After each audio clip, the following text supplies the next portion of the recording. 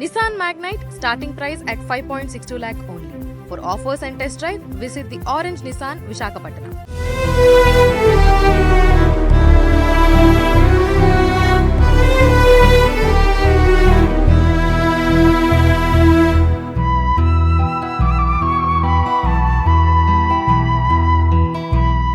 Iran యుద్ధ వాతావరణంలో అమరులైన వారికి నివాళులు అర్పించేందుకు గాను representative of Iran's supreme leader in India, ఎవరైతే ఇరాన్కి సంబంధించిన భారత్లో ఉంటున్న దౌత్యవేత్త అయినటువంటి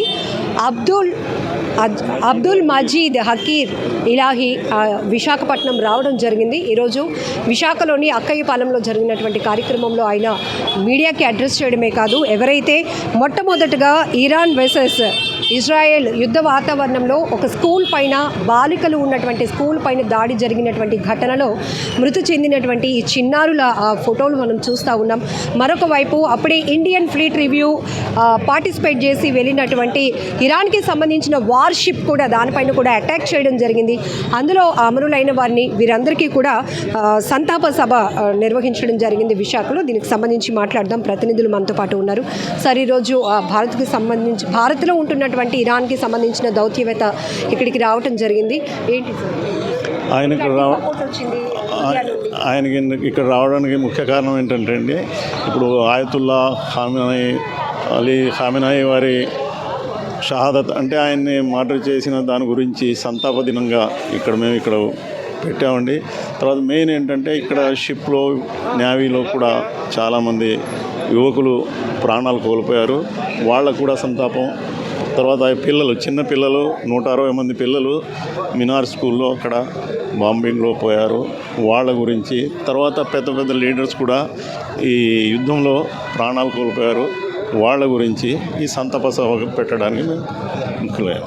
చాలా బాధాకరమైన ఘటనలు ఏంటంటే, యుద్ధం అలా కొనసాగుతూనే ఉంది. ఎంతో ఆర్థికంగా నష్టపోయారు, ప్రాణ నష్టం కూడా ఇరాన్లో జరిగింది. కానీ ఒక దేశం నష్టంలో ఉన్నప్పుడు, ఒక దేశం చాలా బాధాకరమైన పరిస్థితుల్లో ఉన్నప్పుడు మిగతా దేశాల నుంచి వస్తున్నటువంటి సపోర్ట్ కావచ్చు, కుల మతాలకు అతీతంగా మన భారతదేశం నుంచి వచ్చినటువంటి సపోర్ట్ ఈరోజు ఆయన చాలా హ్యాపీగా ఫీల్ అవ్వడమే కాదు, యుద్ధ వాతావరణంలో మృతి చెందిన వారికి కూడా నివాళులు అర్పించడం జరిగింది. మీరు ఎలా చూస్తున్నారు ఇండియా నుంచి వచ్చిన సపోర్ట్? యాక్చువల్లీ ఇండియా నుంచి చాలా సపోర్ట్ వచ్చిందండి. కుల మతాలకు అతీతంగా, ఫైనాన్షియల్గా, ఆర్థికంగా ప్రతి విషయాల్లో కూడా ఇరాన్కి ఫుల్ సపోర్ట్ పబ్లిక్ చేశారు, ఇండియన్ పబ్లిక్. దాని మీద వాళ్ళు సంతోషించి, నెక్స్ట్ ఏంటంటే మనకు ఇరాన్ మన ఐఎఫ్ఎల్ ఫ్లీట్లో ఇక్కడ వచ్చిన షిప్ మన హిందూ మహాసముద్రం దాటిన తర్వాత అమెరికన్, ఇజ్రాయిల్ వాళ్ళు దీన్ని అంతం చేయడానికి చూశారు. దాంట్లో చాలామంది ఆర్మీ వాళ్ళు, అంటే ఇరాన్ ఆర్మీ, విశాఖపట్నం నుంచి వెళ్ళే ఇరాన్ ఆర్మీ దగ్గర వాళ్ళందరూ స్వర్గంలోకి వెళ్ళిపోయారు, స్వర్గస్థులు అయిపోయారు. ఇది చాలా బాధాకర విషయం. దానివల్ల మా సుప్రీం లీడర్ వాళ్ళ రిప్రజెంటేటివ్ విశాఖపట్నం, పర్టికులర్గా ఏంటంటే విశాఖపట్నం మనకు చాలా, అంటే వాళ్ళు పెట్టిన మెసేజ్ల మీద అభిమానం ఎక్కువైపోయి ఇక్కడ ప్రజలు మంచోళ్ళు, ఆంధ్ర ప్రజలు మంచోళ్ళు, ఇండియన్ ప్రజలు మంచోళ్ళు.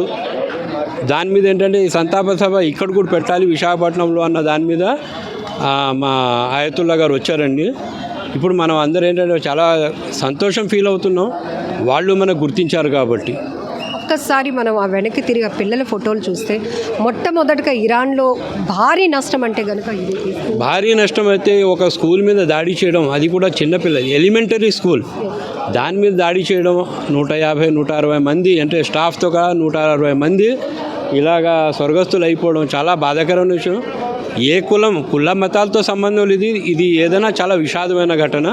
దీని మీద మనం చాలా బాధపడుతున్నామండి, చాలా దుఃఖంలో. ఇరాన్ ఇప్పుడు ఇక్కడ మన విశాఖ వేదికగా జరిగినటువంటి ఫ్లీట్ రివ్యూలో వాళ్ళు పరేడ్లో పాల్గొన్నటువంటి పిక్చర్ ఎంతో మందిని కలిసివేసింది. అదే లాస్ట్ పిక్చర్ అవుతుందని కూడా వాళ్ళైతే అనుకోలేదండి. వాళ్ళు చాలా హ్యాపీగా బయలుదేరారు. ఇక్కడ నుంచి వెళ్ళడం అయితే రిటర్న్ చాలా హ్యాపీగా ఫీల్ అయ్యారు. ప్రభుత్వానికి కూడా వాళ్ళు ఇక్కడ అరేంజ్మెంట్స్ బాగున్నాయి, నేవీలో మనకు మంచి మర్యాద ఇచ్చారు, మనం కూడా అలాగే పాల్గొంటున్నాం, ఇండియాకు మాకు మైత్రి అలాగే ఉండాలి అని కోరుకుని మెసేజ్ ఇచ్చిన వాళ్ళేనండి. ఇలాగ విషాదం ఇలా జరిగిపోయింది. దీనికి ఏంటంటే ప్రతి భారతీయులు చింతిస్తున్నారు. దీని కుల మతాలతో సంబంధం లేకుండా మరీ చింతిస్తున్నారు. ఇండియా నుంచి వచ్చినటువంటి ఒక సపోర్ట్ చూస్తే కనుక వార్ క్రైసిస్లో ఎట్లాంటి సంక్షోభ పరిస్థితిలోనైనా ఒకరికి మరొకరు తోడు సపోర్ట్ అనేది ఎంత అవసరమో ఇప్పుడు అర్థమై ఉంది.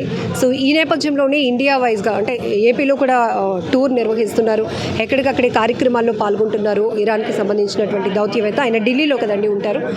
ఈ ప్రోగ్రామ్ ఎట్లా ఢిల్లీ నుంచే వచ్చారండి ఆయన. యాక్చువల్ ఏంటంటే ఇరాన్ రిప్రజెంటేటివ్ ఆయన, ఇరానే బై బర్త్, ఈయన ఢిల్లీలో ఉంటారు. ఈయన ప్రస్తుతం ఏంటంటే అంటే ఇండియాలో పబ్లిక్ అభిమానంతోనే ఈయన ఈ టూర్ పెట్టుకున్నారండి. మొత్తం ఆంధ్రాలో ఇక్కడ నుంచి మళ్ళీ రాజమండ్రి నుంచి గోదావరి జిల్లాలో, దాని తర్వాత విజయవాడ, మచిలీపట్నం, అలాగా ప్రతి ఏరియా కవర్ చేసుకుంటాను, సింపతి చూపిస్తాను. వాళ్ళు ఏంటంటే మీరు మా మీద చాలా అభిమానం చూపించారు, అందరూ చేశారు. ఇక్కడ ఏంటంటే షియా ముస్లిమ్స్ చేశారు, సున్నీ ముస్లిమ్స్ చేశారు, హిందూస్ చేశారని తెలియదు. ఇండియాలో అయితే సర్దార్లు చేశారు, పంజాబీస్, హిందూస్ చాలామంది సపోర్ట్ చేశారు.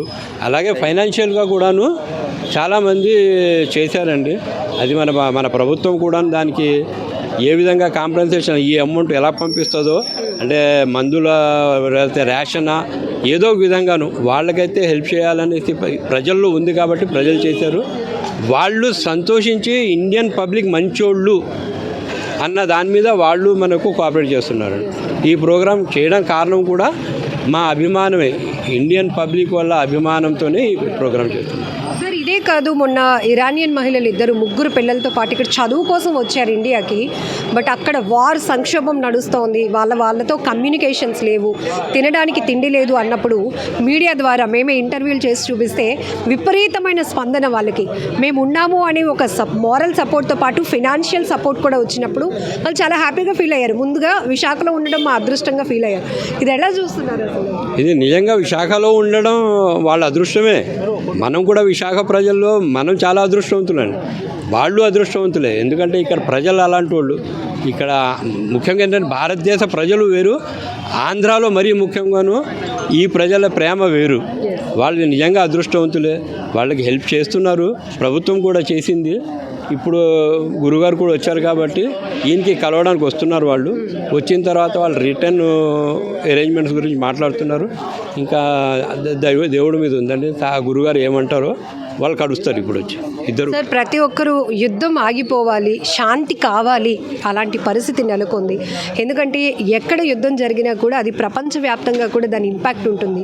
చాలా పరిస్థితులు చూస్తూ వచ్చాం. మొట్టమొదటిగా ఈ స్కూల్పై జరిగినప్పుడు ఆ చిన్నారులు అసలు అభం శుభం తెలియలేనటువంటి చిన్నారుల పైన కూడా దాడులు జరగటం, చనిపోవటం, ఇవన్నీ కూడా చూసాం. ఏం కోరుకుంటున్నారు? ఇది కేవలం మన భారతదేశమే కాదు, యావది ప్రపంచం దీనికి కొనియాడుతుంది. ఎన్నో విధాలుగా యుద్ధాలు జరిగే మేము చూసాం. కానీ ఇటువంటి ఘోరమైన చిన్నపిల్లల మీద దాడి చేయడం అనేది అక్కడి నుంచి మొదలైంది. ఆ తర్వాత దానివల్ల ఆ యుద్ధం చేసిన వాళ్ళంతా బాగున్నారు. మన భారతదేశ పరిస్థితి మరి చాలా ఇదిగా అయిపోతుంది. దీని గురించి పెద్దలు ఎంతో వరల్డ్ వైజ్గా ఫర్దర్గా ఇటువంటి జరగకుండానే మన భారతదేశాన్ని కాపాడుకున్న సురక్షంగా ఉండాలంటే మన రాజకీయ నాయకులది, ఆ తర్వాత మన గవర్నమెంట్ది ఎటువంటి ఇబ్బంది లేకుండా చూడాలి. ఆ వార్ అనేది జరిగేది అక్కడ జరిగింది, వాళ్ళు బాధపడుతున్నారంటే మనం కూడా బాధపడి ఈ సంఘీభావం తెప్పించాలా. మన ఖాన్ గారు మాట్లాడతారు. అస్సలాము అలైకుం. నా పేరు మునీర్ ఖాన్, నేను Seerat committee president, Muslim welfare vice chairman. అలాగే ఇప్పుడు ఇరాన్ ఇండియాకి మంచి సంఘీభావం ఉంది, మంచి స్నేహం ఉంది. అయితే అలాంటప్పుడు మన కూడా ఇంకా దీంతో ఫిర్కాతో సంబంధం లేదు. సున్నీ ముస్లిం, షియా ముస్లిం అలాగని చెప్పేసి ఫిర్కా లేదు. ఇప్పుడు అందరూ కూడా ఒక బాయిగా ఉండాలి. ఉండి మనం కూడా వాళ్ళకి సపోర్ట్గా మనం నించోవాలి. ఎందుకంటే మనకి ఆయిల్, గ్యాసు ప్రజలకు అందిస్తున్నారు. వాళ్ళు మన ఇండియా అంటే ఎంతో ప్రేమగా వాళ్ళు మన మీద ప్రేమ చూపిస్తున్నారు ఇరాన్ వాళ్ళు. అందుగురించి మనం వాళ్ళతో కూడా దానికి అధికంగా ప్రేమగా ఉండాలి, ప్రేమ సంబంధాలు ఉండాలా, మంచి స్నేహబంధాలు ఉండాలా. అలాగే మా రాజకీయ నాయకులేంటి ఎవరైనా సరే మన ఇరాన్తో కలిసికట్టుగా ఉండి మనకు కావలసిన వనరులు గ్యాస్ అని, పెట్రోల్ అని, ఈ ముడి చమురని ఇలాంటివి మనం ప్రేమతో సాధించుకోవాలి. మనం దుర్దేశాలతో సాధించకూడదు. అలాగే మనం అందరం కలిసి బాయిగా ఉండాలి, అందరూ కలిసికట్టుగా ఉండాలి. వాళ్ళకి కనుక నష్టం వస్తే మనకు నష్టం వచ్చినట్టు భావించాలి, మనకి నష్టం వస్తే వాళ్ళకి నష్టం వచ్చినట్టు భావించాలి. ఇదే నా సందేశం. ఇది ఇక్కడ ఏంటంటే ఇరాన్లో జరుగుతున్నటువంటి యుద్ధ వాతావరణ పరిస్థితులు, తీవ్ర సంక్షోభ పరిస్థితులు చూడటానికి కలిచివేస్తున్నటువంటి దృశ్యాలు ఎన్నో చూస్తున్నాము. అయినప్పటికీ ఇండియా నుంచి, ముఖ్యంగా భారతదేశంలో అన్ని వర్గాల నుంచి వస్తున్నటువంటి విశేషమైన స్పందన ఈరోజు ఆ మైత్రి బంధానికి ఒక ప్రతీకగా నిలుస్తుంది. ఆ స్నేహ బంధం వల్లే ఈరోజు ఇరాన్కి ఇండియా ఒక సపోర్ట్గా నిలుస్తుంది. అలానే ఇండియా పట్ల ఇరాన్ కూడా అంతే ప్రేమపూర్వకంగా మెలుగుతోంది.